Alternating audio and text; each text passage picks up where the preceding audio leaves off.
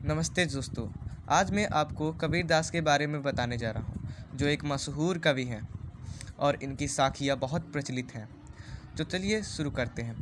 कबीर के जन्म और मृत्यु के बारे में अनेक किंवदंतियाँ प्रचलित हैं। कहा जाता है कि सन 1398 में काशी में उनका जन्म हुआ और सन 1518 के आसपास मगहर में देहांत।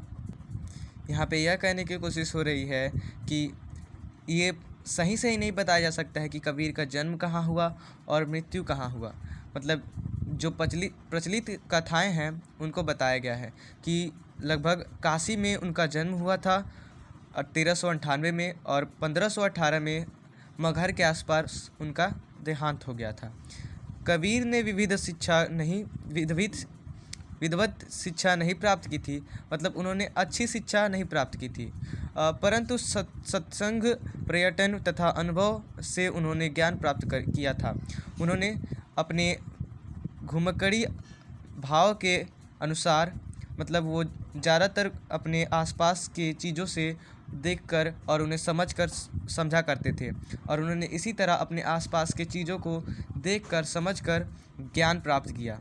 भक्तिकालीन निर्गुण संत परंपरा के प्रमुख कवि कबीर की रचना मुख्यतः कबीर ग्रंथावली में संग्रहित है, और इनकी जो सारी रचनाएं हैं वो एक किताब है जिसका नाम कबीर ग्रंथावली है, उसमें संग्रहित है।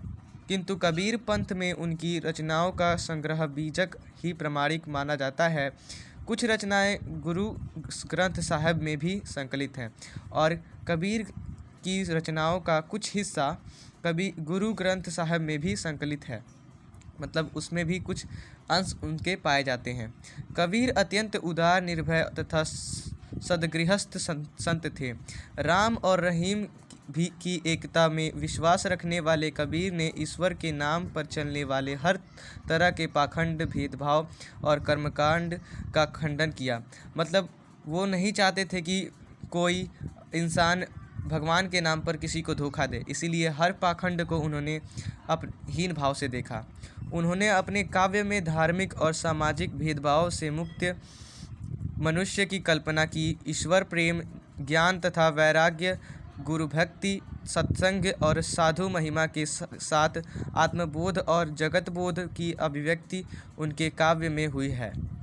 कबीर की भाषा की सहजता ही उनकी काव्यात्मकता की शक्ति है। जनभाषा के निकट होने के कारण उनकी काव्य भाषा में दार्शनिक चिंतन को सरल ढंग से व्यक्त करने की ताकत है। इसका मतलब ये है कि कबीरदास ऐसे भाव में लिखते थे कि उसको अपने उनके आसपास के लोग तो समझते ही थे, लेकिन जो अलग देश में अलग क्षेत्रों में रहते थे वो भी समझ पाते थे। तो बस यही था आज का वीडियो। आशा करता हूँ आपको पसंद आया होगा। अगर पसंद आए तो लाइक और शेयर और कमेंट और प्लीज़ सब्सक्राइब ज़रूर करिएगा।